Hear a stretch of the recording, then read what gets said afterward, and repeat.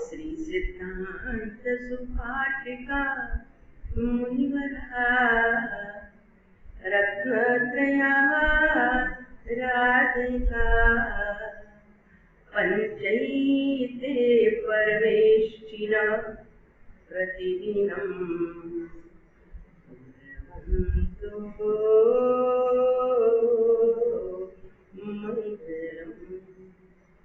ओंकार बिंदु संयुक्तं नित्यं ध्यायन्ति योगिनः कामदं मोक्षदं चैव ओंकाराय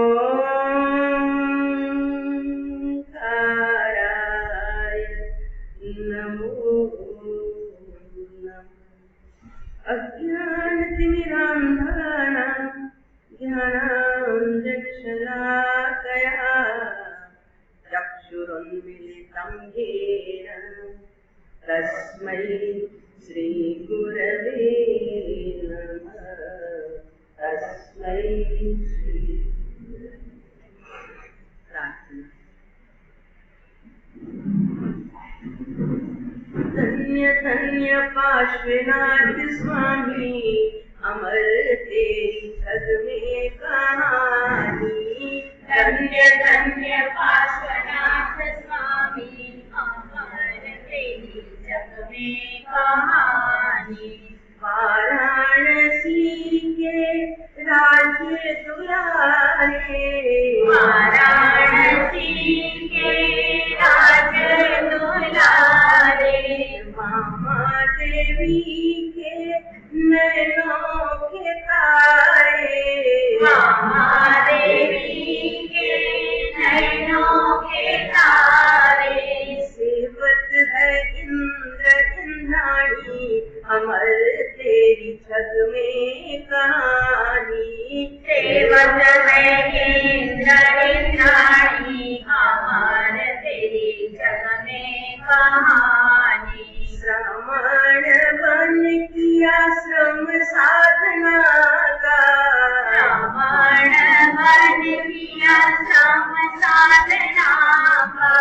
आलोक जगाया अपूर्व ज्ञान का, आलोक जगाया अपूर्व ज्ञान का। वंदन हो केवल ज्ञानी अमर तेरी छद में कहानी। वंदन हो केवल ज्ञानी अमर तेरी छद में कहानी। कण कण पावन है सम्मित गिरी का, कण कण पावन है सम्मित गिरी का। मंगल धाम है प्रभु निर्वाण का, मंगल धाम है प्रभु निर्वाण का। वंदन करे फिर नामी अमर तेरी छद में कहानी। वंदन करे शिर नामी अमर तेरी छद में कहानी। विश्व में वंदनीय तेरी वितरागता, विश्व में वंदनीय तेरी वितरागता। जग में है पूजनीय तेरी पवित्रता, जग में है पूजनीय तेरी पवित्रता। तुम हो त्रिभुवन स्वामी अमर तेरी छद में कहानी। तुम हो त्रिभुवन स्वामी अमर तेरी छद में कहानी। ओंकार मंत्र में रहे ध्यान मेरा, ओंकार मंत्र में रहे ध्यान मेरा। हृदय पद्म में तेरा बसेरा, हृदय पद्म में तेरा बसेरा। जीवन नैया के सुखानी अमर तेरी छद में कहानी। सुहानी, जीवन नैया है सुहानी, अमर तेरी जग में कहानी। धन्य धन्य पार्श्वनाथ स्वामी, अमर तेरी जग में कहानी। धन्य धन्य पार्श्वनाथ स्वामी, अमर तेरी जग में कहानी। अमर तेरी जग में कहानी, अमर तेरी जग में कहानी। वर्ते देहाती ते ज्ञानीना शरणमा ओ वंदन। नारका अभिमोदन्ते यस्य कल्याण पर्वसु, पवित्रं तस्य चारित्रं को वा वर्णयितुं क्षम। 11મી શતાબ્દીના સંત કલિકાલ સર્વજ્ઞનું જેમને બિરુદ મળ્યું હતું એવા આચાર્ય શ્રી હેમચંદ્ર સૂરી મહારાજ સાહેબે પરમાત્મા ભક્તિનું એક સ્તોત્ર રચ્યું, જેનું નામ છે વિતરાગ સ્તોત્ર। એમાં 20 પ્રકાશ છે, દરેક પ્રકાશનું 10 વાર ગાથા છે, કુલ મળીને 188 ગાથાઓ છે। એમાં આ શ્લોક એમણે લખ્યું, પ્રભુ ભક્તિનો મહિમા કરતા, મહિમા ગાન કરતા કે નારકા અપિમોદન્તે યસ્ય કલ્યાણ પર્વસુ। 5 કલ્યાણ થાય છે ને ભગવાનના, એને પર્વની ઉપમા આપી છે, તહેવારની ઉપમા આપી છે। ભગવાનનું ચ્યવન થયું દેવલોકથી, જ્ઞાન આરતીથી, તો પણ પર્વ છે। ભગવાન જન્મ્યા તો પણ પર્વ તહેવાર, ભગવાનની દીક્ષા તો પણ તહેવાર, ભગવાનને કેવળ જ્ઞાન તો પણ તહેવાર, અને ભગવાનને નિર્વાણ આ કર્મથી મુક્તિ આપણા માટે પર્વ છે। પર્વો ભગવાન ઉજવતા નથી, પણ એમની સાથે જે તિથિ જોડાઈ જાય છે એ પર્વ રૂપે થઈ જાય છે। જેમ અત્યારે નેમનાથ ભગવાનનું જન્મ કલ્યાણ શ્રાવણ મહિનામાં, વાસુનાથ ભગવાનનું નિર્વાણ કલ્યાણ શ્રાવણ મહિનામાં, કૃષ્ણ વાસુદેવજીનો જન્મ શ્રાવણ મહિનામાં, તો આ બધી મહાપુરુષોની તિથિઓ પર્વ બની જાય છે। તો અહીં વાત કરે છે આચાર્ય ભગવાન કે ભગવાનના 5 કલ્યાણના પર્વના સમયમાં શું થાય છે, તો કે મનુષ્ય તો ખુશ થાય, જાનવરો પણ ખુશ થાય, એવી સૃષ્ટિની અંદરમાં એક આનંદની એલી જડે। પણ જેને નિરંતર કષ્ટ છે, પરમાધામી 1 સેકન્ડ પણ જેમને છોડતા નથી, કષ્ટ આપવામાં ત્યાં બધા ડિપાર્ટ છે, છેદવાનું, વેદવાનું, કૂટવાનું, પણ જ્યાં પરમાત્માના કોઈ પણ કલ્યાણનો પ્રસંગ આવે તો નારકા અપિમોદન્તે ખુશ થાય છે। પરમાધામીના હથિયાર રેખા પડે છે, પૂછે શું વાત છે, તમને તો અમને પીડા લેવામાં મજા આવે છે ને, અત્યારે તમારા હથિયાર રેખા કેમ પડ્યા? ત્યારે પરમાધામી કહે અમે તમને 1 સેકન્ડ પણ છોડીએ નહીં, એવા તમે ગુનાહ કર્યા છે, પણ કરીએ શું? પરમાત્માનું જન્મ કલ્યાણ, દીક્ષા કલ્યાણ, નિર્વાણ કલ્યાણ, એમનું પુણ્ય એવું તપતું છે કે જે પુણ્યના કારણે અહીં સુધી સાગરાજ નીચે અમને લોકોને એ પુણ્ય રોકી લીધા, અમારા હાથ બાંધી લીધા, માટે અમને પણ અમારા હથિયાર હેઠા। જ્યાં આમ સાંભળે ને એ નારકીના જીવને એવો મહિમા આવે, લખ્યું શાસ્ત્રમાં કે ઓહો, જે મનુષ્ય લોકમાં તીર્થંકરનો જન્મ, એમની દીક્ષા, એમનું કેવળ જ્ઞાનનો મહિમા પ્રસંગ, અને અહીં સુધી એવા એ ત્રિલોકી નાથના પુણ્ય, સર્વોત્કૃષ્ટ પુણ્યના સ્વામી એવા એ તીર્થંકર દેવ, એમનું અમારા સુધી આ પુણ્યની લહેર પહોંચી અને અમને આવી શાખા મળી। આટલો આનંદ ભયાનક વેદના વચ્ચે અને ગુલાટ ખાઈને જીવ પરમાત્માના મહિમામાં ડૂબી જાય અને ભગવાનનો મહિમા કરતા કરતા નિજ સ્વરૂપનો મહિમા પ્રગટી જાય અને ત્યાં એ જીવ સમ્યક દર્શનને, સમ્યક જ્ઞાનને નિર્મળ કરી લે છે। નારકીમાં પણ ભગવાનના કલ્યાણનો મહિમા કરતા કરતા સ્વયંનો મહિમા આવે અને એ સમકીથી જીવ બની જાય છે। એટલે આચાર્ય ભગવાન કહે છે કે નાડકા અપી મોદંતે, નાડકીઓ પણ જ્યાં ખુશ થાય છે જેમના કલ્યાણ પર્વમાં પવિત્રમ તસ્ય ચારિત્રમ, એવા પવિત્ર પરમાત્માના ચારિત્રને અને ચરિત્રને ઓવા વર્ણયિતુમ સમ, કોણ સમર્થ થાય? બૃહસ્પતિ પણ ત્યાં પાછો પડે, અમારું શું ગયું? સાહેબ લખે છે આચાર્ય ભગવાન કલિકા સર્વજ્ઞ કે મારું શું ગયું કે હું ભગવાનના એ જીવન ચરિત્રનું વર્ણન કરી શકું? મારું ગજું નથી, પણ છતાં જેમ બાળક બાહુ પસારીને કરે ઉદતી વિસ્તાર. બાળકને પૂછો કે બેટા સમુદ્ર કેટલો મોટો? 2.5 વર્ષનું બાળક આટલો મોટો છે. બાળકની બાહુમાં સમાય નહીં, પણ છતાં એને પૂછો એટલે 50 હોંસલી આટલો મોટો. બસ જેમ બાળક બાહુ વિસ્તારીને સમુદ્રની સીમા બતાવે છે, એમ હું પણ નાના બાળકની જેમ મારી ચાલી ગયેલી ભક્તિમાં આ પરમાત્માના સ્તોત્રને હું રચી રહ્યો છું. બાકી મારું ગજું નથી, શક્તિ નથી કે હું તીર્થંકર દેવના આવા જીવન ચરિત્રનું હું આલેખન કરી શકું. જો કલિકાલ સર્વજ્ઞ ભગવાન આ વાત કરતા હોય તો અમારા લેવાનું શું ગજું? પણ બાળક બાહુ પસારીને કરે ઉદતી વિસ્તાર, તો આપણે પણ આપણી શક્તિ પ્રમાણે કાંઈ પ્રભુના ગુણગાન કરશું કાલિકેની ભાષામાં. પરમાત્માના 5 કલ્યાણ. ચ્યવન કલ્યાણ છે, જન્મ જયંતિ નથી. જન્મ કલ્યાણ જયંતિ તો નેતાઓની હોય, નહેરુ જયંતિ, ગાંધી જયંતિ, લાલા સાધુ જયંતિ. તીર્થંકર દેવની જન્મ કલ્યાણક હોય. કલ્યાણક એટલે જગતના તમામ જીવોને શાતા આપે, તમામ જીવોને સુખ આપે, શ્રેયકારી, પ્રિયકારી, સુખકારી, શાતાકારી અને કલ્યાણકારી. આવા પ્રભુના 5 જે પ્રસંગો છે એને કલ્યાણક શબ્દ સાથે જોડ્યું છે કે ચ્યવન કલ્યાણક, જન્મ કલ્યાણક, દીક્ષા કલ્યાણક, કેવળ જ્ઞાન કલ્યાણક અને નિર્વાણ એટલે મોક્ષ કલ્યાણક.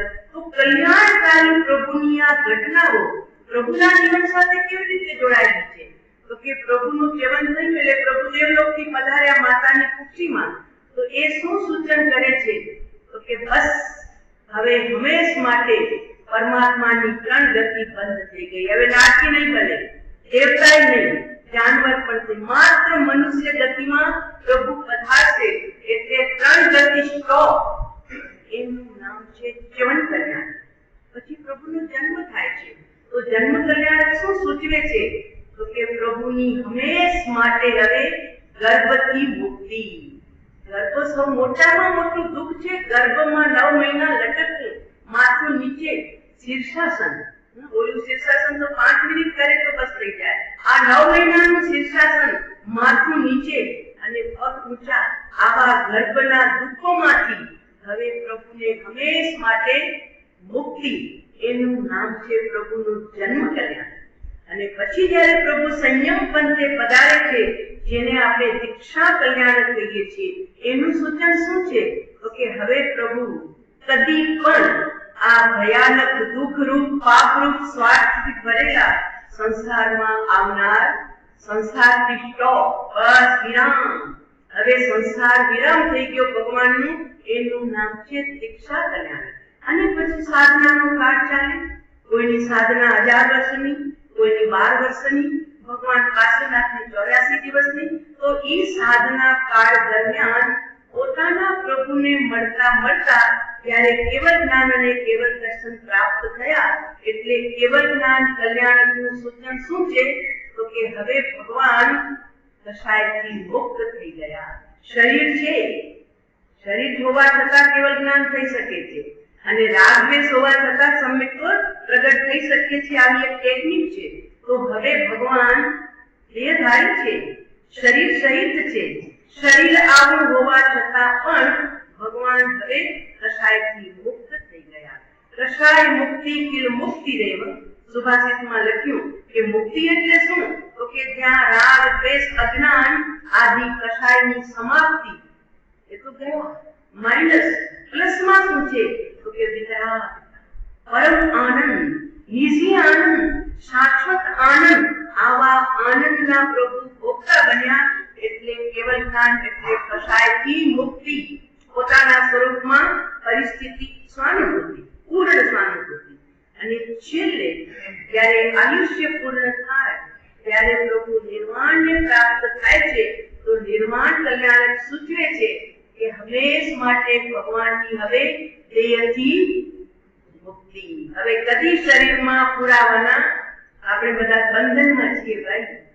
કેવું શરીર આપણને આમાં છે, ઘડીકમાં પેટ દુખે ને, ઘડીકમાં પગ દુખે ને, ઘડીકમાં શરદી થાય ને, ઘડીકમાં તાવ આવે ને, ઘડીકમાં ખબર નહીં શું થાય. આપણે કેદી છીએ, કેદી આ શરીરમાં. ઈ ચલાવે એમ ચાલવું પડે છે. આવું કેટલું મુશ્કેલ કરે છે ને ત્યાંથી અહીં સુધી.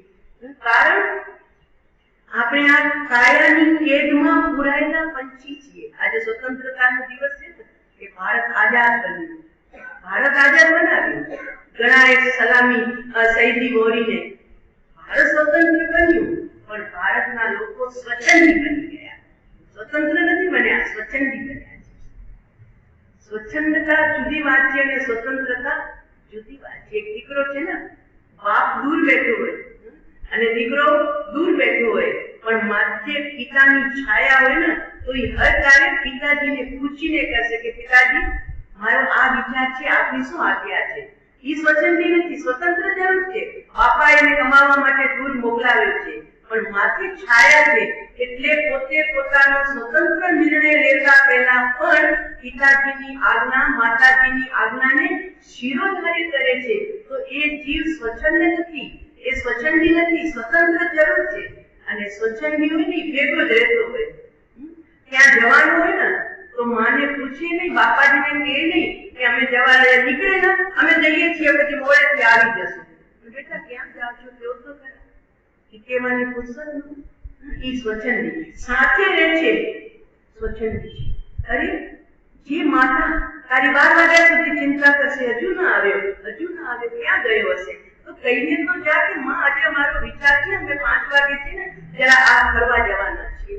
એટલું પણ જે કહી નથી શકતો એ સ્વતંત્ર નથી, એ સ્વચ્છંદી છે.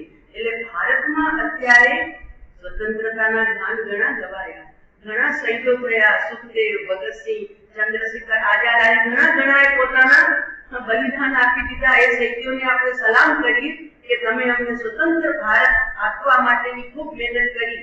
પણ ગાંધીજીનું સ્વપ્ન સાકાર નથી. કારણ કે જે ગાંધીજીના સપનાનું ભારત એમને જોતું હતું એવું નથી. અત્યારે ભારત ભ્રષ્ટાચારની બોરિંગની અંદરમાં દબાઈ ગયું છે. સ્વતંત્રતાના નામે સ્વચ્છંદતા પોસાઈ રહી છે. આપણી સ્વતંત્રતા એ તો દેશ સ્વતંત્રની વાત હતી, અહીંયા તો આત્માને સ્વતંત્ર બનાવ્યું. ત્યાં અંગ્રેજોની ગુલામી ખટકી ગાંધીજીને, એટલે એ ગુલામી તોડવા એમને પોતે પુરુષાર્થ આદર્યો, જંગ ચલાવ્યું, સરકારની સેના પોતાની રચી. તો એ બહારની ગુલામી તોડવા માટે. અને અહીં તીર્થંકર દેવોએ પણ ગુલામીની જ વાત કરી, પણ અહીં અંગ્રેજોની ગુલામીની વાત નથી. અહીં 8 કર્મની પેઢીઓની ગુલામીની વાત છે કે એમાંથી જ્યાં સુધી તું મુક્ત થઈશ નહીં ત્યાં સુધી તને તારું ફ્રીડમ મળશે નહીં, ત્યાં સુધી તું સ્વતંત્ર બની શકીશ નહીં. માટે સ્વતંત્રતાને પ્રગટાવવા તું સ્વયં સ્વતંત્ર છો. આત્મામાં આપણે સ્વતંત્ર છીએ, શરીરમાં બંધાયેલા છીએ. શરીર કે આજે તારે ઉપવાસ સુધી નથી જવું, એવો તાવમાં પટકાય 6 ડિગ્રીમાં વ્યાખ્યાનમાં ન આવ્યો હોય, અવાજ નહીં, કેમ કે બહુ તાવ હતો ને આમ શરીર ધ્રુજતું હતું. આપણે સ્વતંત્ર છીએ, પણ આત્માના પરિણામોને શુભ રાખવા કે અશુભ રાખવા કે શુદ્ધ તરફ જવું એમાં આપણે સ્વતંત્ર કરાય કે નહીં. સાસુજી વહુને ના પાડે દેરાસર જ જવાનું, ઘરમાં કામ કરો પહેલા, તો બહાર જવામાં બહુ સ્વતંત્ર નથી, પણ મનના પરિણામ કેવા રાખવા એમાં સાસુએ કઈ બંધન કરી શકે. ભલે બા નહીં જઈશ દેરાસરે, કઈ વાંધો નહીં, પ્રભુ તો મારી પાસે જ છે. તો પ્રભુ સાથેનું જોડાણ તો ચંદનબાળાએ અંધારી કોટડીમાં કર્યું હતું. ગુલાબ ચંદ્રાણીએ એક કરી નાખ્યા, બેડી દસકલા પહેરાવીને અંધારી કોટડીમાં. તો એ ચંદનાથજીએ કોઈ શિકાયત ન કરી, ફરિયાદ ન કરી. કેમ? તો કે કાંઈ વાંધો નહીં માં, તું મને અંધારી ઓરડીમાં રાખ, તારું શરીર ઉપર તારું વર્ચસ્વ છે, સ્વામી તું છો મારા શરીરની, પણ મારા પરિણામ હું મહાવીરના ચરણોમાં મૂકી શકું છું. અને અખંડ 3 દિવસ અને 3 રાત ઈ ચંદન બાળાજીએ એ અંધારા ઓરડામાં ન ભોજન, ન પાણી, ન શયન, કાંઈ જ નહીં. વીર સાથે જુઓ આ સ્વતંત્રતા. જ્ઞાની કે છે સુલટો ચાલવામાં પણ તું સ્વતંત્ર છો, દુઃખી થવામાં પણ તું સ્વતંત્ર છો, ઉલટું ચાલવું હોય તો તું સ્વતંત્ર છો. આપણે આજે વાત કરવી છે ભગવાન પાર્શ્વનાથની નિગોદથી નીકળેલો ભગવાનનો આત્મા આજે નિર્વાણને પ્રાપ્ત થયો. એટલે આ કર્મની ભેડીથી હંમેશ માટે મુક્ત થઈ સિદ્ધ લોકમાં નમો સિદ્ધાણમાં પાર્શ્વનાથ પ્રભુ બિરાજે છે. પણ એમની શ્રૃંખલા 10 ભવની છે. આમ તો અનંત ભવ હતા, પણ શરૂઆત જે થઈ સમ્યક દર્શનથી તો એ 10 ભવની શૃંખલામાં ભગવાન પાર્શ્વનાથનો જીવ મરુભૂતિ અને એમનો મોટો ભાઈ કમટ બંને સગા ભાઈ હતા. અરવિંદ રાજાની સભામાં બંને સેવા આપતા હતા. સૈનિક તરીકે બંનેનું કામકાજ ચાલુ હતું. પણ બન્યું એવું, મરુભૂતિ બહુ સૌમ્ય, તીર્થંકર દેવનું ઉપાદાન હતું ને, બહુ સૌમ્ય, સરળ, સજ્જનતાની મૂર્તિ, જ્યારે કમટ દુર્જનતાની મૂર્તિ હતી. એની પત્ની બહુ સુંદર હતી, રૂપવતી મરુભૂતિની. કમટે એના ઉપર નજર બગાડી હેરાન કરવા લાગ્યો. એટલે પત્નીએ પોતાના પતિ પાસે ફરિયાદ કરી કે તમારા મોટા ભાઈ મને તમે નથી હોતા ત્યારે પરેશાન કરે છે. એનેથી કીધું મોટા ભાઈ આપ તો પિતાજીની જગ્યાએ છો, આ તો તમારી દીકરી કહેવાય. હા, તમે એની બેન બેટી તરીકે જુઓ, તમે એને ખરાબ નજરથી ન જુઓ. હું તો તમારો નાનો ભાઈ છું, દીકરા જેવો છું અને એ દીકરી જેવી છે. પણ શિખામણ ત્યાં સુધી શેઠી જ્યારે કઈ સૈન્યના કામમાં બહાર જાય, પાછળથી પેટ મોકલાવે ને સોગતો મોકલાવે ને એમ કે એમ કરતા એક પીગળશે, પરેશાન કરવા લાગ્યો. એટલે ફરી પાછી શિકાયત થઈ. એટલે મરુભૂતિજીને એમ થયું કે જરીક રાજા પાસે ફરિયાદ કરું તો કઈક રસ્તો નીકળે. એટલે રાજા પાસે એને ફરિયાદ કરી કે મારા મોટા ભાઈ મારી પત્નીને તકલીફ આપે છે. રાજાએ પણ સમજાવ્યું કે તારા જેવા સજ્જનને આ શોભે છે. મોટા ભાઈ એટલે તમે બાપની જગ્યાએ, એ દીકરીની જગ્યાએ છે. પણ માન્યો નહીં. પછી રાજાએ એને દેશ નીકાળ્યો. નીકળી જા, ત્યાં સુધી મારા રાજ્યની સીમા છે ત્યાંથી તું બહાર નીકળી જા. નીકળી ગયો. તાપસ મળી ગયા, તાપસી દીક્ષા લઈ લીધી અને તાપસની ક્રિયા કરવા લાગ્યો. સમય નીકળતો ગયો. એક દિવસ મરુભૂતિજીને થયું મારા મોટા ભાઈ છે ગમે તેમ તો મારે એમની પાસે જઈ અને છેલ્લે કમતકામના કરી લેવા જોઈએ. એ ભૂલ કોની હતી એ લેખાજોખા કરવામાં નથી આવ્યો. પણ મોટા ભાઈ મારા નિમિત્તે તમને જો તકલીફ થઈ છે તો ક્ષમા યાચના કરું છું. એ મરુભૂતિ બહુ સૌજન્ય અને શાલીનતાથી એમની પાસે ગયા, શોધ કરી લીધી ક્યાં છે મારો ભાઈ, કઈ જગ્યાએ છે. તો એક જગ્યાએ ધ્યાનસ્થ અવસ્થામાં બેઠો તો જોગી. ગયા મરુભૂતિ, હાથ જોડી અને પ્રણામ કર્યા. કીધું મોટા ભાઈ આજે હું આપની પાસે ક્ષમા યાચના કરવા આવ્યો છું. મારા નિમિત્તે આપને જે પણ તકલીફ થઈ હોય એ હું આપને ખમાવું છું કહે દિલથી. જ્યાં મરુભૂતિએ ખમતકામનાની વિધિ કરી, ઓલાનો ગુસ્સો તેજ થયો. બદમાશ, આખી દુનિયામાં મને બદનામ કરીને હવે ખમાવા આવ્યો છે. ઉભો રે તને ખમતકામનાનું ફળ આપું. બાજુમાં પથ્થર પડ્યો તો મોટો, ગુસ્સામાં અમે ડબલ જોર આવી જાય. ઉપાડીને ઝૂકેલા મરુભૂતિની કોપરી ઉપર કર્યો ઘા. અને એવો ઘા જોરદાર લાગ્યો કે ત્યાં એમની કોપરી ફાટી ગઈ. તડફડ્યો છે, પ્રાણ છૂટ્યો, આર્ત ધ્યાન થયું. કારણ કે વેદના વખતે આર્ત ધ્યાન જરૂર થાય. એ તો કોઈ સમ્યક દ્રષ્ટિ ટકી શકે, બાકી અજ્ઞાનીને તો આર્ત ધ્યાન થયા વિના રહે નહીં. અને આર્ત ધ્યાનમાં મરુભૂતિજીના પ્રાણ છૂટ્યા. એટલે મરુભૂતિનો આત્મા મનુષ્ય યોની છોડી અને હાથીના ભવમાં ટ્રાન્સફર થઈ ગયો. ભગવાન બનવાના છે. હાથીના ભવમાં એનો જન્મ થયો. તોફાની હાથી, જંગલી હાથી, અટવીનો હાથી. કોણ એને સંસ્કાર દેનાર છે? ધમાધમ તોફાન. એટલે ઓલો એનો કાળ જ્યારે સમય પૂરો થયો ત્યારે ગુસ્સામાં પ્રાણ છૂટ્યા. એટલે ગુસ્સામાં પ્રાણ છોડી અને કમટનો જીવ એક ઉડતો સાપ, સાપની યોનિમાં એને જન્મ મળ્યો. બંને જાનવર થયા છે. પણ જ્યારે એને પથ્થર માર્યો ને ત્યારે એને નિયાનું કર્યું કે એક જન્મ નહીં મરુભૂતિ, હું તને જન્મ મારનાર, જન્મ આ નિયાનું એને કરી દીધું. બંને ભાઈ છૂટા પડી ગયા. આ તરફ હાથી કરે છે ધમાલ પોતાનું જીવન યાપન. હવે જે રાજાની હાજરી ભરતા હતા તો રાજા પૂછે છે કે મરુભૂતિ દેખાતો કેમ નથી? ઘરે પૂછા કરો કેમ આવ્યો નથી? તો સમાચાર આવે કે મને એમની પત્ની કહે કે તમે એને મોકલાવ્યા હશે કે કામ માટે, ઘરે તો આવ્યા નથી, 4 દિવસ થયા, તપાસ કરો. ચારે બાજુ તપાસ કરી ત્યારે એની આ રજડતી લાશ જોવામાં આવી. સમજી ગયા સૈનિકો, રાજા પાસે ગયા, સાહેબ મરુભૂતિનું ખૂન થઈ ગયું. રાજાને વૈરાગ્યો, તપાસ તો કરે ને પછી ઝીણવટથી કોણે માર્યું, કેમ માર્યું ખબર પડી ગઈ, સગા ભાઈએ એને મારી નાખ્યો છે. એટલે અરવિંદ રાજાને વૈરાગ્ય વધી ગયું. ઓહો, આ સંસાર, સગો ભાઈ ભાઈને મારી શકે, દોષ પોતાનો અને નિર્દોષને રહેસી શકે છે, આવા સંસારને ધિક્કારો. અને અરવિંદ રાજા સંયમી બની અને અરવિંદ રાજર્ષિ બની ગયા. રાજઋષિ, રાજામાંથી ઋષિ બની રાજર્ષિ. અને સાધના કરતા કરતા એમને અવધિ જ્ઞાન પ્રાપ્ત થયું. હવે સાતવા સાથે એ વિહાર કરે છે અટવી ઓળંગવા માટે. તો એ જ અટવીમાં સાતવ આવે છે કે જ્યાં આ પારસનાથનો જીવ તોફાન મચાવે છે. એક ઝાડ નીચે મુનિરાજ બેઠા છે, સાત પોતાનું કામ કરે છે, હાથી ઘોડા બંધાયેલા છે, ટેન્ટો ટણાયેલા છે, ભોજનની સામગ્રી થાય છે. એટલામાં હાથીને ખબર પડી કે બધા આવ્યું છે મારી અટવીમાં તોફાન. એટલે ધમાલ કરતો આવ્યો, કેટલા ઘોડાને ઠેક્યા ને કેટલા હાથીઓ સાથે લડાઈ કરીને કેટલા માણસોને ભગાડ્યા, ઝાડો ઉખેડી નાખ્યા. આખા ટેન્ટમાં હાહાકાર, ભાગો ભાગો ભાગો, તોફાની હાથી આવ્યો. એટલામાં હાથી ભાગ્યો મુનિરાજ તરફ. તો લોકોએ બૂમ મારી, ગુરુદેવ હટી જાઓ, હટી જાઓ, હટી જાઓ, તમને કચડી નાખશે આ તોફાની હાથી. અવધિ જ્ઞાની મુનિરાજ ઓળખી ગયા કે ઓહો, આ મારું મરુભૂતિ, શાંત સજ્જન સૌ, શાલીનતાથી સબર, આ મરુભૂતિના આવા હાલ છે.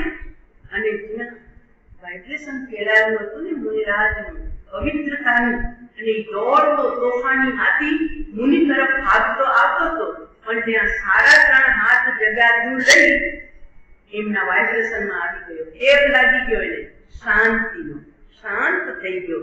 તોફાન સમી ગયા, ધીરો પડી ગયો. અને ત્યાં ધીરો પડ્યો એટલે અરવિંદ મુનિ કે છે, અરે મરુભૂતિ, આ તોફાન તને શોભે છે? મરુભૂતિ, અરે આવું તો મેં ક્યાં સાંભળ્યું છે? મરુભૂતિ, મરુભૂતિ, અંદર ઉહાપો થયો. મરુભૂતિ કોણ? અને જ્યાં ઉહાપો નીચે ગયો, થોડો ગહેરાઈમાં ગયો, સૂક્ષ્મતાથી જાતિ સ્મરણ જ્ઞાન થયું. ઓહો, આ તો મારા પૂર્વના રાજા મુનિ બનીને બેઠા છે અને હું એમનો અદનો સેવક. આજે મને બોધ દેવા આવ્યા છે અહીંયા. આંખોમાંથી ગળગળ આંસુ જાય છે, આગળના પંજા જોડાઈ ગયા. ઉભો થયો, પ્રદક્ષિણા કરે છે મુનિરાજને. જો ભાવોમાં રમત છે, વાણી નથી, હાથી છે. મહાવીરના આત્માને સિંહના ભાવમાં સમ્યક દર્શન, પારસનાથના આત્માને હાથીના ભાવમાં સમ્યક દર્શન. વિચાર કરો, કઈ એમની તાકાત હશે ને કયું એમનું ઉપાદાનની તૈયારી હશે. આપણે પણ અત્યારથી તૈયારી કરશું ને તો એક બે બીજા ભાવની અંદર આપણને આપણા ભગવાનના દર્શન થશે. ઉભો થઈ પ્રદક્ષિણા કરે અને ભાવો માગે છે, પ્રભુ મને બચાવો. અને ત્યાં અરવિંદ મુનિએ આત્મબોધ આપ્યો. પ્રભુ તું ગજરાજ નહીં, આ વનનો તું તૂફાની ગજરાજ નથી, તું તો જિલ્લાજ છો. 8 ભાવ પછી તું 23મો તીર્થંકર થવાનો છે. ખોજ કર તારા ભગવાનની, તું સ્વયં ભગવાન છો. તું રાગી દ્વેષી નથી, તું ક્રોધીમાની નથી, તું મનુષ્ય દેવ જાનવર નથી, તું ભગવાન છો. અને જ્યાં મુનિરાજનો મીઠો મધુરો બોલ, તું ભગવાન છો. આપણે તો મસ્કરી કરીએ, ઘણા મસ્કરી કરે આત્માની. પ્રભુ તું આત્માની મસ્કરી નથી કરતો, અનંત તીર્થંકર દેવની મસ્કરી કરી છે. અને અનંત તીર્થંકર દેવની મસ્કરી એટલે અનંત સંસાર, અનંત સંસાર. ડોક્ટર સાહેબ કહે ને વ્યસન છોડી દો ને તો મરવું પડશે, તો કે મરવું મંજૂર છે પણ વ્યસન છોડી શકીશ નહીં. જાઓ ભાઈ, તમારી ઈચ્છા. તો જેમ વ્યસન ન છોડે અને જાય મૃત્યુના સારે, એમ અહીંયા આવું ન બદલું મારા પરિણામ. તો જ્ઞાની કહે છે, જ્યાં આનંદ સંસાર છે તારા માટે, અમે તને ન બચાવી શકશું. તો તીર્થંકર દેવનું નામ સાંભળ્યું, જિંદરાજ, હું જિંદરાજ. આપણને કોઈ કે તમે સિદ્ધનાથ કુળના છો, ખુશી થાય કે ન થાય? કે અમે બહુવા છીએ તો ખુશી થાય. શેમાં ખુશી? અમે બહુવા, અમે સાવલા, અમે છેડા, એમાં ખુશી? કે કોક આવીને જ્ઞાની એમ કે તું અનંત સિદ્ધોના કુલનો છે, જે સિદ્ધોનું કુલ એ તારું કુલ છે. બોલો શેમાં ખુશી બધું થાય? સિદ્ધોના કુલમાં આપણે જ્યાં જન્મ નહીં, મૃત્યુ નહીં, રોગ નહીં, જરા નહીં, મારું નહીં, તારું નહીં, ઈચ્છા નહીં, અનેકા નહીં, આનંદ આનંદ, એવા કુલના આપણે છીએ. એ આપણને સ્વામી વચનનું આમંત્રણ આવે છે કે આવો અમારા ઘરે, તમને બધાને આમંત્રણ છે, તમે અમારા કુલના છો. કેમ કે શરીર તો છોડીને જવાના છો. હા, 7 ધાતુથી બનેલું તમે ગંદુ શરીર ભેગા રહીને નથી રહેવાના. તો તમારું ભીતર જે ભગવાન છે ને એ અમારા જેવો છે, માટે અમે આમંત્રણ આપીએ છીએ, આવો અમારા કુલના છો. વિચાર તો કરજો ક્યારે આપણું કુલ કર્યું. બહારનું કુલ તો શરીર સાથે છે, એ તો શરીર પૂરું થાય એટલે કુલ બદલાઈ જાય. પણ અંદરનું જે બેઠું છે એનું કુલ કયું? તો કે અર્યંતનું. અને અર્યંત પણ છેલ્લે સિદ્ધ બને છે, એટલે સિદ્ધોનું કુલ એ આપણું કુલ છે. આવી તો આપણને ભેટ મળી છે પ્રભુ. તો મુનિરાજની દેશના સાંભળી સામાયિક શરૂ થઈ ગઈ મરુભૂતિની. શ્રુત સામાયિક પહેલા શ્રવણ મળ્યું, હું ભગવાન છું. જો ભીતરમાં દૃષ્ટિ કર, હું ભગવાન છું. હું કોણ છું? ક્યાંથી થયો? શું સ્વરૂપ છે મારું? કરું કોના સંબંધે વર્ગણા છે? રાખું કે એ ફરી કરું? આ બોધ, આ પાઠ, આ લેસન છે. તમે ઘરે ઘણા લેસન કરો છો, નથી કરતા એવું છે. સંસાર એમ જ ચાલે. દીકરા એમ જ બનાવી લીધા. દીકરાના ઘરે દીકરાના પ્રસંગ આવે એમ જ નભાવી લાગ્યા. કેટલું તમને બોધ ચલાવવું પડે છે. આ માઇન્ડ શું આપવું પેરામણીમાં, બાળકને બાલાપણમાં શું આપવું, પછી એની દાદીને નાનીને કેટલું માઇન્ડ તમને ચલાવવું પડે છે એક સંસારને વ્યવસ્થિત ચલાવવા માટે. તો પ્રભુ જેમ ઈ સંસારની ડ્યુટી તમે સમજો છો એમ પ્રભુ તમારા પોતાની કોઈ ડ્યુટી હશે કે નહીં હશે? કાંઈક તો મનને ચલાવવું પડશે કે નહીં? જ્ઞાનની કસરત આપણે સંસારમાં કરીએ છીએ, પણ આપણા માટે નથી કરતા. આપણા માટે કોઈ માળાને મળતા પછી મન ગમે ત્યાં ફટકતું હોય, માળા પૂરી થઈ ગયા એવું ને. લેસન એકદમ જ્ઞાનની કસરત સાથે અને મનની સ્થિરતા સાથે કરવું પડશે. કલ્યાણ કરવું હશે તો વાત છે.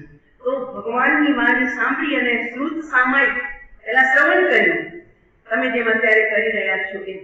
અને ત્યાર પછી એ સાંભળેલું એને પોતાના ભીતરમાં સ્થિરતા કરી અને એ સામાયિકમાંથી સંકિત સામાયિકનો જન્મ થયો. હાથી શામ વાણી નથી કે કહી નથી શકતો કે પ્રભુ મને મારા ભગવાનના દર્શન થયા, પણ હાથી શાંત, ચહેરો બદલાઈ ગયો. ભીતરની શીતળતા, ભીતરની શાંતિ એના ચહેરા ઉપર દેખાવા લાગી. મુનિરાજ સમજી ગયા કે અમને જે કામ કરવું હતું એ કામ હાથીના જીવનમાં પૂરું થઈ ગયું. બસ પછી 3 મહિનાનું આયુષ્ય બાકી હતું એને પછાણ લીધા. નિર્દોષ આહાર પાણી લઈશ, બાકી હવે કોઈ પણ તુફાન, ધમાલ, ગુસ્સો બધા પછાણ સહેજે થઈ ગયા અને સામાયિકમાં વિચરે છે. હવે જ્યારે સમય મળે છે ત્યારે હાથી સામાયિકમાં બેસે છે. બોલો કેવી સામાયિક હશે હાથીની? પુણ્યાજીની સામાયિક વખણાય છે ને, બસ એવી સેમ ટુ સેમ આ હાથી સામાયિક કરતો તો જંગલમાં જઈ એકાંતમાં બેસી જતો તો બસ પોતાના સ્વરૂપનું ચિંતન. એક દિવસ તરસ લાગી છે, પાણી પીવા માટે સરોવરમાં ગયો છે. હાથીનું શરીર વજનદાર હોય, વિચાર ખૂબ જોરદાર હોય, નથી તો વજન. પાણી પીવા માટે સરોવરમાં ઘૂસ્યો, પણ કાદવ વધારે હતું અને પાણી ઓછું હતું, એટલે પગ કાદવમાં ખૂંચ્યા. પાણી ખેંચી લીધું સૂંચ દ્વારા, પાછો વળવા જ્યાં જતો હતો પગ ઉપડ્યો ને જમીનમાં ખૂંચાઈ ગયો. હવે એને લાગ્યું કે હવે હું બહાર નીકળી શકું એવું લાગતું, બસ મારો સમય બાકી ગયો છે. તરત જ પોતે અનશન લઈ લીધી, 4 આહારના પચખાણ કરી દીધા. હવે જુઓ કેવો યોગ હોય છે. માટે જ્ઞાની કે છે ક્રોધ તો હજુ પણ એટલો ખતરનાક નથી જેટલો વેર ખતરનાક છે. વેરની પરંપરા એટલી ખતરનાક છે કે એ જીવને દુઃખી કરે છે. ઓલો જીવ જે મરીને કમળ સાપ બન્યો હતો, બરોબર એ જ અટવીમાં એનું બેસણું હતું અને તે દિવસે ફરતો ફરતો બરોબર એ સરોવરની બાજુમાં કિનારે ઉગેલા વડના ઝાડ ઉપર આવે છે અને ઝાડથી એ જ્યાં એ શાખા ઝૂકેલી હતી, હાથી ઉભેલો હતો, એને જોઈને એને ગુસ્સો આવે, મારું અને હમણાં પૂર્વના સંસ્કાર ગુસ્સો આવ્યો, ગાડીથી નીચે ઉતર્યો અને હાથીના ગંડન સ્થળમાં તીવ્ર ડંખ માર્યા. એવો તીવ્ર ઝેર છોડ્યો, આખા શરીરમાં ઝેર વ્યાપ્ત થઈ ગયું, પ્રસરી ગયું. અહીંયા પાર્શ્વનાથનો જીવ સમાધિ ભાવમાં ચડી ગયો. ઝેર ચડ્યું છે જરૂર, એ તો શરીરને મારશે. હું તો અજર અમર અવિનાશી તત્વ છું. મને કોઈ મારનારા દુનિયામાં છે જ નહીં. આત્માને કોઈ મારી શકે નહીં. હું મારા સ્વરૂપમાં લીન થાઉં છું. અને એ પાર્શ્વનાથ ભગવાનનો જીવ મરુભૂતિના ભાવમાં આત્મ ધ્યાનમાં વયા ગયા તો જાનવર બન્યા. અત્યારે જાનવરની યોનિમાં સમાધિમાં વયા ગયા અને શરીર છૂટ્યું, ઘણા કરતા પાણીમાં પડ્યું અને આત્મા ઉર્ધ્વગમન કરી અને દેવલોકમાં પહોંચી ગયું. આયુષ્ય પૂરું થયું દેવલોકનું. ઓલો મરીને નરકમાં ગયો. બંનેનું સેમ આયુષ્ય. અને આયુષ્ય પૂરું થતા પાર્શ્વનાથનો જીવ એક રાજકુમાર તરીકે જન્મે છે, મોટા થાય છે, સંયમ સ્વીકારે છે, રાજ્ય કરીને મુનિરાજ બની અને જંગલમાં ઉભા છે. અને ઓલો કમઠનો જીવ કષાયવશ નરકમાં ગયો, નરકમાંથી નીકળી અને અજગર થયો છે. એ જ જંગલમાં જો આવો જોગ જેવું બને છે. તમે 15 છોકરીઓ જુઓ પણ તમારા નજરમાં એક જ બેસે અને ઘરે એને લઈ આવો. પછી કયો તો ઘણી તપાસ તો ઘણી કરી હતી પણ સાલું નંગ નીકળ્યો કે એ નંગ જ નીકળે. કેમ કે તમે 15 માંથી એને જ બાર કરીને તૈયાર મતલબ પાસ કરીને એનું કારણ તમારા પૂર્વના ઋણાનુબંધ એની સાથે તો 14મી બી પાસ કરી શકતા હતા. પહેલી કરી શકત પણ ન આવશે. ઈ જ આવશે તમારા ઋણાનુબંધ ખોટા કે સારા પૂરા કરવા આવી તમારા ઘરમાં. એટલે કાં તમને પ્રેમથી પૂરા કરશે ને કાં હેરાન કરીને કરશે, પણ ઈ જ આવશે તમારા ઘરમાં. તમારો એની સાથેનો પૂર્વનો સંબંધ હતો માટે એમ અહીંયા જુઓ પૂર્વનો સંબંધ કેવો જોડાય. ભગવાન કૌશલ્યામાં મુનિરાજ ઉભા છે અને આ અજગર પોતે જંગલમાં ફરી રહ્યો છે. એમાં આ મુનિરાજને જોઈ લીધા. ઈર્ષા, અંદરમાં ક્રોધ, ગુસ્સો, મારું હમણાં અને ભગવાનની બાજુમાં ગયો. મુનિરાજની પગથી ગળવાનું શરૂ કર્યું. અત્યારનું કામ તો આખો માણસ ગળી લે, પછી વાંટો મારે ઝાડને અને એને કરી નાખે અંદર. ભગવાન મુનિરાજને ખ્યાલ આવ્યો બસ અમારો સમય પૂરો થયો છે. સમાધિ વાત એ છે કે જુઓ પાર્શ્વનાથ ભગવાનના જીવનમાં એમને ઉપસર્ગો આવ્યા, કઠિનાઈ આવી, પણ બચાવી કોણે આર્ત અને રૌદ્ર ધ્યાનથી? તો કે પોતાનું જ્ઞાન. પોતાનું જ્ઞાન, રોજ પુસ્તકનું જ્ઞાન નહીં, વ્યાખ્યાનનું જ્ઞાન નહીં. વ્યાખ્યાનનું જ્ઞાન તો ક્યાં સુધી કામ આવે? તો ઉપાસમાં હોઈએ ત્યાં સુધી, બહાર નીકળીએ ત્યાં બધું ભૂલી જવાય પાછું. તો આ તો પોતાનું નિજી ફિલિંગનું જ્ઞાન. તો એ ફિલિંગના જ્ઞાનથી જ્યારે આ ઉપસર્ગ શરૂ થયો, પગથિયો ઘડવા માંડ્યો. જઈએ છીએ હવે અમે પણ સમાધિસ્થ સ્વરૂપસ્થ થઈ ગયા. હું આત્મા છું. આ શરીર તો ખોખું છે, એને જે થવાનું એ થાય. મારા આત્માને કોઈ ગળી ન શકે, કોઈ મારી ન શકે. એટલે ભગવાન સમાધિસ્થ ભાવમાં ચડી ગયા અને એ મુનિરાજનું આયુષ્ય પૂરું થયું. આત્મા દેવલોકમાં. અજગર પણ સમય પૂરો થયો ત્યારે મર્યો જંગલમાં, મરીને નાટકમાં. બંનેનું આયુષ્ય સેમ પાછું સાદો કમો અને બંનેનું આયુષ્ય પૂરું થયું. એટલે એ અજગર પાછો નરકમાંથી સિંહ બન્યો અને પાર્શ્વનાથ ભગવાનનો આત્મા દેવલોકથી રાજકુમાર બન્યો. એક છે દુઃખી દુનિયામાં, એક છે સુખની દુનિયામાં. દેવલોકમાંથી આવી રાજા, રાજકુમાર રાજા બન્યા. પછી સંયમનો અવસર આવ્યો ત્યારે સંયમ અને જંગલમાં કૌશલ ધ્યાનમાં ઉભા છે ત્યારે આ અજગરમાંથી સિંહ બનેલો આ પ્રાણી એમને જોઈ અને ધડાક મારી ફાડી નાખે. પ્રાણ લઈ લીધા. પણ મુનિરાજની સમતા, ભીતરની સમાધિ એ છૂટી નહીં. એટલે સમાધિસ્થ પાર્શ્વનાથ કુમાર, પાર્શ્વનાથનો જીવ મુનિરાજ દશામાંથી ફરી પાછું દેવલોકમાં પ્રયાણ કરી ગયો. ઓલો નરકમાં સિંહ બનીને. સમય પૂરો થયો, ફરી પાછો પાર્શ્વનાથનો જીવ રાજા બને છે. સંયમ સ્વીકારી જંગલમાં મુનિરાજ તરીકે ઉભા છે અને ઓલો નરકમાંથી હવે ભીલ બન્યો છે, મનુષ્ય બન્યો.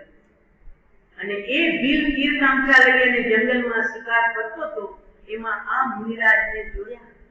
ઈર્ષાવશ, દ્વેષવશ, ઝેરવશ તીર ચલાવ્યું. પાર્શ્વનાથના જીવને એને વિંધી નાખ્યો. તીર વાગ્યું, પ્રાણ છૂટી ગયા. પણ સમાધિસ્થ ભાવે અને પ્રભુ દેવલોકમાં એમનો આત્મા પહોંચી ગયો. બોલો મરી અને પાછો નાથમાં ગયો. હવે આ છેલ્લો ભાવ છે. પ્રાણ દેવલોકમાં બિરાજમાન ભગવાન પાર્શ્વનાથ અવધિજ્ઞાનથી ખબર પડી ગઈ કે હવે બસ અમારો અંતિમ ભાવ છે. એટલે એમને એક મન થયું કે અમે જે માતાની કુક્ષીમાં જનાર છીએ એ માતાજીનું મુખ તો જોઈ આવીએ જરા. એટલે 23 તીર્થંકરમાંથી કોઈ આવ્યા નથી માતાજીનું મુખ જોવા. બાળ રૂપે સુરતિયા જનની મુખ જોવતા. વીર વિજયજી મહારાજ સાહેબ પાર્શ્વનાથ પંચકલ્યાણમાં પહેલી ધારમાં એમને લખ્યું છે કે બાળ રૂપે સુરતિયા જનની મુખ જોવતા. બાળ રૂપે સુર એટલે તીર્થંકર દેવનો આત્મા બાળકનું રૂપ ધરી અને વારાણસી નગરીમાં આવે છે અને વારાણસી નગરીમાં રાજમહેલમાં જઈ અને માતા વામાજીનું મુખ જુએ છે કે આ અમારા ભાવિના માતાજી છે. અમે એમની કુક્ષી અંતિમ અવતાર લેશું અને એમની કુક્ષીથી અમે આ જગતમાં આવશું. એટલે માતાજીને પ્રણામ કરે છે. ધ્રુપ છું કહેતા નથી. બાળ રૂપે સુરતિયા જનની મુખ જોવતા અને માતાજીનું મુખ જોઈ દર્શન કરી માતાજીને પ્રદક્ષિણા કરી અને એમનો આત્મા પાછો દેવલોકમાં ચાલ્યો જાય છે. અને જ્યારે સમય થાય છે ત્યારે પ્રભુ મામા માતાની કુક્ષીમાં પધારે છે. ચ્યવન કલ્યાણ અને પોષ સુધી 10મીના દિવસે પરમાત્માનું જન્મ કલ્યાણ થાય છે. માં 14 સ્વપ્ન જુએ છે અને પાર્શ્વનાથ ભગવાન જ્યારે યુવા અવસ્થામાં બેઠા છે ત્યારે લોકો કહે છે બધા પૂજા કરવા જઈ રહ્યા હતા. એ બધા ક્યાં જાય છે? તો ભગવાનને ખબર પડે એવું આવતી જ્ઞાનથી છતાં પૂછે છે કે આ બધા ક્યાં જાય છે? તો કે 12માં કમઠ નામનો યોગી આવ્યો છે. એ બહુ ઉગ્ર તપ તપે છે ધૂણાની અંદરમાં. બધા એને પૂજાકો લઈ અને પૂજવા જાય છે. એટલે પાર્શ્વકુમાર એમના અવધિ જ્ઞાનમાં બળતો સાપ દેખાયો એટલે તારવા માટે જોડે બેઠા. ચાલો મારી જોડે. સૈનિકોને લઈ અને પાર્શ્વકુમાર એ જોગીના ધૂણા પાસે આવ્યા. પૂછે છે શું કરો છો? જાઓ જાઓ જાઓ રાજકુમાર તમારું કામ નહીં. જાઓ ઘોડા કેળાવો તમે. તમને શું ખબર પડે તપ જપમાં? તો કે આ પણ દયા ધર્મ કા મૂળ હે. તમે આ દયાનું ધર્મ કરો છો કે કર્મનું ધર્મ કરો છો? કે શું છે? પંચાંગની તપ કરું છું, ચારે બાજુ અગ્નિને ઉપર સૂર્યનો તાપ. એ વાત સાચી તમારી. અગ્નિ તપો છો તમે, પણ આ અગ્નિમાં જીવ બળે છે એનું શું? ક્યાં છે જીવ? નોકરને સેવકને આદેશ આપ્યો લાકડું કાઢ, ધીરેથી તોડજો. અને જ્યાં લાકડાના 2 ટુકડા થયા ત્યાં અર્ધ ભરેલો સાપ બહાર પડ્યો. આંખથી આંખ મળી. ભગવાનની કરુણા નીતરતી આંખોમાંથી અને સાપની દ્રષ્ટિ બરોબર પાર્શ્વકુમાર ઉપર પડી. એને ખબર નથી આ ભગવાન બનનાર છે કે આ રાજકુમાર છે. બસ એને તો એટલું જ ભાવ કર્યું કે આ કોક દયાળુ મને બચાવવા આવ્યા છે તો મને એનો શરણું. બસ આ દયાળુને મને શરણું હોજો તો આંખથી આંખ મળી ભગવાનની આંખમાંથી કરુણા નીકળે છે અને પેલા સાપની આંખમાં સેવકના ભાવો છે. આંખથી આંખ મળી શરણું સ્વીકાર્યું. આયુષ્ય ત્યાં એનું પૂરું થતું હતું અને એ આયુષ્ય પૂરું થતા એ છૂટ્યો સાપનો. અને આપણે બધાને ખબર છે સેવક મુખ નવકાર સુણાવી ધર્મેન્દ્ર પદ પટકાવ્યો. એ તો નંબર 2 માં પહેલો નંબર તો સીધો કનેક્શન હતું. જેમ મહાવીરનું ચંદ્રકોશિયા સાથે એમ પારસનાથનું આ ધર્મેન્દ્ર બનનારા સાપ સાથે ડાયરેક્ટ કનેક્શન જોડાઈ ગયું. વચ્ચે સેવક તો પછી મારા સાહેબે લખ્યું, બાકી તો એને શરણું સ્વીકાર્યું પોતાના ભાવોની સાથે અને ઈ દેવ બન્યા ધર્મેન્દ્ર. એ વાત પૂરી થઈ ગઈ. લોકોએ કીધું આવું તું અજ્ઞાન તપ કરે છે જીવોને બાળવાનું, એટલે લોકો એને ફાંકી મૂક્યું. યાદ આવી ગયું વેર હતો ને કે આને મારું હું, પણ હવે અત્યારે રાજકુમાર છે, ચારે બાજુ એના સૈનિકો ગોઠવાયેલા છે, મારું ગજું નથી મારવાનું, એટલે ભાગી ગયું. ભાગીને અજ્ઞાન તપ કરીને આયુષ્ય પૂરું થયું અને એનો યોગ ભાવ બદલાઈ ગયો એટલે મેઘ મારી દેવ બન્યો. હવે આ તરફ પાર્શ્વનાથ ભગવાન 30 વર્ષ સુધી ગ્રસ્ત અવસ્થામાં રહી સંયમનો અવસર આવ્યો ત્યારે સંસારનો ત્યાગ કરી અને મુનિ અવસ્થામાં કૌશલ ધ્યાનમાં જ્યારે ઉભા હતા એ કલિકુંડ અટવીની બાજુમાં, ત્યારે આ જીવ ત્યાંથી પસાર થાય છે. કારણ એકલા ભગવાન છે અત્યારે મુનિ અવસ્થામાં, કોઈ આજુબાજુમાં નથી. હવે મોકો સારો છે એને મારવા માટે અને એને પહેલા ધૂળ ભરી એકદમ આંધી વરસાવી કે એને દાટી જ ના પૂરો થઈ જાય. દાટવા માટેનો પ્રયત્ન કર્યો, પણ એ ધૂળ ભરી આંધી ભગવાનને કાંઈ દાટી શકી નહીં, એના શ્વાસ રોકી શકી. પછી પિશાચોનો સમૂહ મોકલાવ્યો, વિવિધ પ્રકારના ચીસ અને એવા માથા વગરના ધડ અને ધડ વગરના માથા, એવી અંગારા, એવી મસાલો ભગવાનને ડરાવવા માટે. હવે નિર્ભય નાથ છે પ્રભુ, આ તો અભયને વરેલો છે, એનું સરનું લઈ એને અભય આવે, એવા ભગવાનને શું ડરાવી શકે? એટલે ભગવાન અડગ ઉભા રહ્યા. ત્યારે હવે એને ઓર તાન ચડ્યું. આજે તો આને હું ડુબાડી ઠેકાણું કર્યું. એટલે ગાજ અને ભીડ સાથે ભયાનક વરસાદ વરસાવવાનું શરૂ કર્યું. આચાર્ય ભગવંતે લખ્યું, હેમચંદ્ર સૂરી મહારાજ સાહેબે સકલાદ સ્તોત્ર લખ્યું છે, ચૈત્યવદન તપાગતમાં બોલાય છે. કમઠે ધરણેન્દ્રેય સોચિતમ કર્મ પૂર્વતી પ્રભુસ્તુલ્ય મનોબુદ્ધિ પાર્શ્વનાથ શ્રેયસ્તુવ. એવા પાર્શ્વનાથ અમારા કલ્યાણ માટે. કેવા પાર્શ્વનાથ? તો કે એક બાજુ કમઠનો ઉપસર્ગ ચાલુ છે, ધોધમાર વરસાદ, બારે આંગે વરસાદ વરસે છે અને પાણી વધતું જઈ રહ્યું છે. ભગવાનના કંઠ સુધી પાણી આવી ગયું. તે સમયે શું થયું? તો કે ધર્ણેન્દ્રનું સિંહાસન યાદ નથી કર્યા ભગવાને કે તું મને બચાવવા આવ, રક્ષણ કર. ભગવાન કદી કોઈની સહાય માંગે જ નહીં. અરે ભગવાન શું, કોઈ પણ મુનિરાજ મોક્ષે જતા કોઈની સહાયથી કેવળ જ્ઞાન પામ્યા જ નથી ને પામશે નહીં. તો ભગવાન પાર્શ્વનાથ તો પોતાની મસ્તીમાં ડોલી રહ્યા છે, વિતરાગતામાં ઝૂમી રહ્યા છે. એટલે આચાર્ય ભગવાન લખે છે, કમઠે ધર્ણેન્દ્રેય સોચિતમ કર્મ પૂર્વતી. કમઠ પોતાને ઉચિત કાર્ય કર્યું, એને એ ઉચિત લાગ્યું પાણી વરસાવું, હું એને ડુબાડી નાખું. અને ધર્ણેન્દ્ર જ્યાં ઉપયોગ મૂક્યો કે અરે મારા આ જન્મના ઉપકારી, મને ધર્ણેન્દ્રની આ પીઠ સુધી પહોંચાડનારા મારા પ્રભુ, અને એમને આવો અવસર છે, તો મારે મારા ઋણથી મુક્ત થવાનો અવસર આવ્યો છે. ભગવાનનું ઋણ મારા માટે છે કે જેમણે મારો ભાવ સુધાર્યો, મારે એમની રક્ષા માટે જવું જોઈએ. એટલે પોતાની પદ્માવતી મહારાણી સાથે ત્યાં આવી અને છત્ર ધરી લીધું. પદ્માવતીએ પોતાના હાથ ઉપર પ્રભુના ચરણ લઈ લીધા. કેટલું બી પાણી વધે, આ તો દેવતા છે ભાઈ, હજારો યોજન શરીર બનાવી શકે. એટલે પાણી વધતું ગયું. એમ પરમાત્માનું શરીર પણ પદ્માવતીના હાથ પર ઊંચા થતા ગયા. ઉપરથી છત્ર છે એટલે ન હવે ઉપરથી જળ વરસે અને ન નીચેથી ડુબાડી શકે. એટલે ઓલો થાક્યો. પણ તે સમયે આચાર્ય ભગવંત કહે છે કે કમઠ પોતાને ઉચિત કાર્ય કરતો હતો અને ધર્ણેન્દ્ર પોતાને ઉચિત કાર્ય કરતો હતો. કમઠે ધર્ણેન્દ્રેય સ્વ ઉચિતમ કાર્ય પૂર્વત. પણ ત્યારે ભગવાન શું કરતા?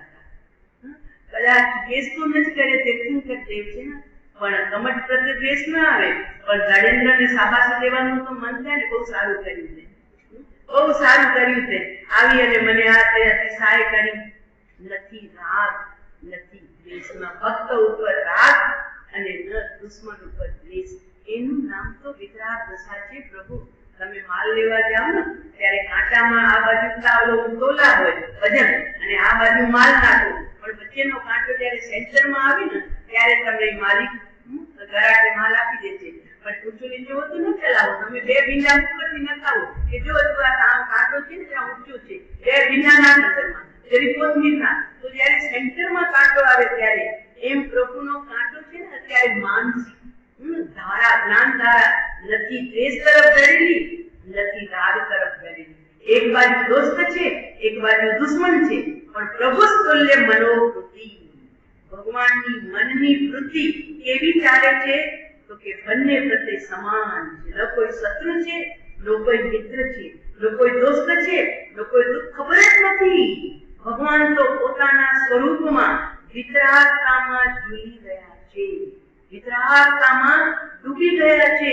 બહારમાં શું થઈ રહ્યું છે એ ઉપયોગ પણ હવે ભગવાનને રહ્યો. આ દશા પ્રભુ, આવા વિતરાગ આપણને મળ્યા છે. એવા વિતરાગની પૂજા કરતા તમે પણ એવા ભાવોમાં ડૂબવા પ્રયત્ન કરજો કે મારા પ્રભુ આવી ગાઢ વીજ સાથે ઘોર વરસાદ વરસે અને ઈ પોતાના સ્વરૂપમાં ડૂબી જાય. અને મને તો કોઈ બહારમાં તો ઉપસર્ગ નથી, અને છતાં મારું મન ડામાડોળ, ઘડી કામ ઘડી કામ, તો હું એમનો ભક્ત બનવાને કેટલો પાત્ર છું. મારી લાયકાત ક્યાં છે? તો માંગો, વિતરાગથી માંગો કે પ્રભુ મને આવી પાત્રતા આપો. આપની હું સાધના કરું છું, પણ મને એવી પાત્રતા આપો કે આપ ઉત્સર્ગમાં પણ સ્થિર રહ્યા. હું વગર ઉત્સર્ગે પણ સ્થિર નથી રહી શકતો. મારા મનના પરિણામ આહટ થાય છે. તો પ્રભુ મને સ્થિરતા બક્ષો અને એ સ્થિરતા માટે મને પાત્રતા આપો. પાત્ર વિના વસ્તુ ન રહે. પાત્રે આત્મિક જ્ઞાન, પાત્ર થવા સેવો સદા, બ્રહ્મચર્ય મતિમાન. પાત્ર વિના વસ્તુ ન રહે. શેરડીનું દૂધ, શિયાળનું દૂધ છે ને માટીના પાત્રમાં ન ધોવાય. સાંભળ્યું છે, આપણે જોયું નથી. તાંબા પિત્તળમાં ન ધોવાય. શેરડીના દૂધને પકડવા માટે સોનાનું પાત્ર એને પકડી શકે તો એનું દૂધ કેટલું જોરદાર હશે. તો એમ પાત્રમાં દૂધ સમાય શેરડીનું, એમ પ્રભુ આપણે પણ મુક્તિ જોઈએ છે ને, સમ્યક દર્શન જોઈએ છે, આત્મજ્ઞાનની જે ઊંચી ચીજ છે ને, આપણી પાસે પાત્ર જ ન હશે ને તો આપણે કોઈ નાખશું.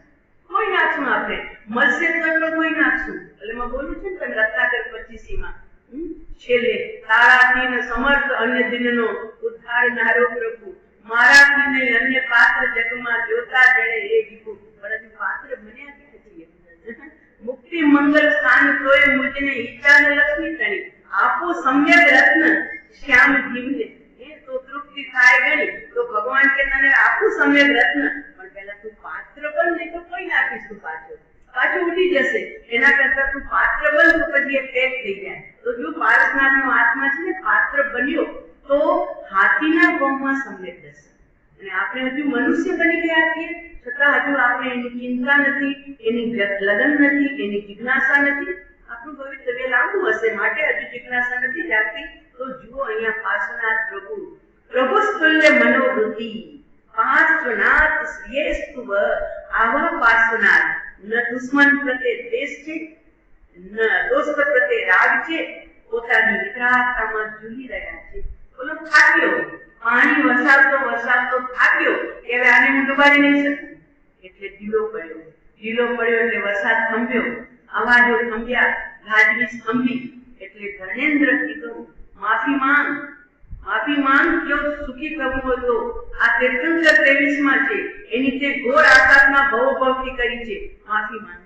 હવે એનો પણ કઈ કલ્યાણ થવાનો સમય આવ્યો હતો ને, એને પણ નતમસ્તક કરી પાર્શ્વનાથ પ્રભુની ક્ષમાપના માંગી. બસ સામો થાય આગ તો તમે થજો પાણી, એવા મારા વીરની વાણી. પાર્શ્વનાથ પાણી થઈને ઉભા રહી ગયા તો કમઠની આગ પણ ધીરે ધીરે બુઝાઈ ગઈ. પણ જો પાર્શ્વનાથ સામે આગ જ વરસાવ્યો અને એને આગ વરસાવ્યો તો પડતા થયા હોત ને ભાઈ. એટલે જ્ઞાનીઓ કહે છે કે એક બાજુથી આગ વરસે, તું પાણીનો શીતળ છંટકાવ રાખે તો એક દિવસ આગ બુઝાશે, એક ભવ ચાલશે, 4 ભવ ચાલશે, પણ આખી 10મા ભવે એ આગ પૂરી થઈ. પ્રભુ સ્વયં શીતળતાની મૂર્તિ બન્યા તો સામે કમઠને પણ શીતળ બનાવી નાખ્યો. માફી માંગી અને કમઠ વયો ગયો. પછી હવે જેના ભાવ છે એ ભટકશે, ભલે આપણે આગળ વાત ચલાવી છે. અને ત્યારે બસ પરમાત્માનો સમય પાક્યો હતો, પરમાવધિ જ્ઞાન, અને ત્યાર પછી પરમાત્માને કેવલ જ્ઞાન અને કેવલ દર્શન ઉત્પન્ન થયા. પરમાત્મા 70 વર્ષ સુધી કેવલી કર્યા, 84 દિવસ ઓછા આ ધરતી ઉપર વિચરણ કરી અને છેલ્લે સમેત શિખરજીના પહાડ ઉપર પધારે છે. અને એ પરમાત્મા છેલ્લે 1 માસ સુધી વાણી ભગવાનની બંધ થઈ ગઈ. કારણ કે દેશનાનો સમય હોય છે, એ સમય એમના વાંચના વર્ગણાના ભૂતગલો પૂરા થઈ ગયા. એટલે પ્રભુ પછી 1 મહિના સુધી પોતાની આત્મ સાધનામાં લીન રહ્યા. અને આજનો દિવસ એટલે શ્રાવણ સુધી 8મ. આજના દિવસે પરમાત્માએ યોગ નિરોધ કર્યો. યોગ એટલે મનોયોગ, વચન યોગ અને શરીર યોગ. 3 યોગ જે મળ્યા છે ને, એ 3 યોગ પરમાત્મા જ્યારે મુક્તિએ પધારે, કેવલ જ્ઞાન પ્રાપ્ત થાય એટલે 3 શરીર યોગ છે, વચન યોગ છે, મનોયોગ છે. પણ હવે એમાંથી પણ છૂટવું છે, એટલે પરમાત્મા 3 યોગનો નિરોધ કરે, એટલે એને સંયમિત કરે. હવે મન પણ અસ્થિર નહીં, બિલકુલ. વાણી પણ બંધ છે, શરીર પણ સ્થિર છે. અને એ સૂક્ષ્મ મનોયોગ અને બાદર મનોયોગને રૂંધીને પરમાત્મા 13મા ગુણસ્થાનકમાં 70 વર્ષ સુધી રહીને 14મા ગુણસ્થાનકે પ્રયાણ કરે છે. અને છેલ્લે કેવી અવસ્થા થાય? એક પરમાણુ માત્રની મળે ન સ્પર્શતા, પૂર્ણ કલંક રહિત અડોલ સ્વરૂપ જો, શુદ્ધ નિરંજન ચૈતન્ય મૂર્તિ અનન્યમય, અગુરુ લઘુ મૂર્ત સહજ પદ રૂપ જો, અપૂર્વ અવસર એવો ત્યારે આવશે. જે જીવ મુક્તિએ જતો હશે, આ એની દશા હશે. છેલ્લે એક પરમાણુ માત્રની મળે ન સ્પર્શતા. આ પરમાણુ ભૂતગલનો જે જથ્થો છે ને, એ એક પરમાણુ પણ આત્માને ટચ નહીં કરતો હશે, બધા છૂટા થઈ ગયા હશે. પૂર્ણ કલંક રહી અડોલ સ્વરૂપ, એટલે શૈલેષીકરણ કહેવાય છે. શૈલ એટલે પર્વત, અને પર્વત જેમ અડોલ હોય એમ આત્મા આનંદ ઘન, ચૈતન્ય ઘન, જ્ઞાન ઘન અડોલ બની જાય છે. એક પરમાણુ માત્રની મળે ન સ્પર્શતા, પૂર્ણ કલંક રહિત અડોલ સ્વરૂપ જો, શુદ્ધ નિરંજન ચૈતન્ય મૂર્તિ. હવે જળ મૂર્તિ નથી, ચૈતન્ય જ્ઞાન મૂર્તિ અનન્યમય, અગુરુ લઘુ. આત્મા વજનદાર પણ નથી અને આત્મા હલકો પણ નથી. જે છે અગુરુ લઘુ અમૂર્ત, અરૂપી છે, એનું કોઈ રૂપ નથી. સહજ સ્વરૂપને જીવ પ્રાપ્ત કરે તો ભગવાન પાર્શ્વનાથ યોગ નિરોધ કરી શૈલેષીકરણમાં પ્રાપ્ત થઈ અને 14મા ગુણસ્થાનકનો સ્પર્શ કરી અને પરમાત્મા હંમેશ માટે 4 અગાતિયા ગાતિયા છોડેલા હતા, 4 અગાતી કર્મનો પણ ક્ષય થયો અને પ્રભુ શુદ્ધ બુદ્ધ નિરંજન બની 7 રાજ ઉપર હંમેશ માટે સિદ્ધલોકમાં વિરાજમાન થઈ ગયા. બોલો પાર્શ્વનાથ ભગવાનની જય. ઓમ હ્રીમ શ્રીમ પાર્શ્વનાથ પારંગતાય, ઓમ હ્રીમ શ્રીમ પાર્શ્વનાથ પારંગતાય, ઓમ હ્રીમ શ્રીમ પાર્શ્વનાથ પારંગતાય, ઓમ હ્રીમ શ્રીમ પાર્શ્વનાથ પારંગતાય, પારંગતાય નમઃ પારંગતાય, પારંગતાય નમઃ ઓમ હ્રીમ શ્રીમ પાર્શ્વનાથ પારંગતાય, ઓમ હ્રીમ શ્રીમ પાર્શ્વનાથ પારંગતાય, પારંગતાય નમઃ પારંગતાય, પારંગતાય નમઃ પારંગતાય, ઓમ હ્રીમ શ્રીમ પાર્શ્વનાથ પારંગતાય, ઓમ હ્રીમ શ્રીમ પાર્શ્વનાથ પારંગતાય, પારંગતાય પ્રભુ પારંગતાય, પારંગતાય પ્રભુ પારંગતાય. શિખરજીની ઊંચી ટોકથી ભગવાન પાર્શ્વનાથનો આત્મા સમશ્રેણીએ અત્યારે પણ બિરાજે છે.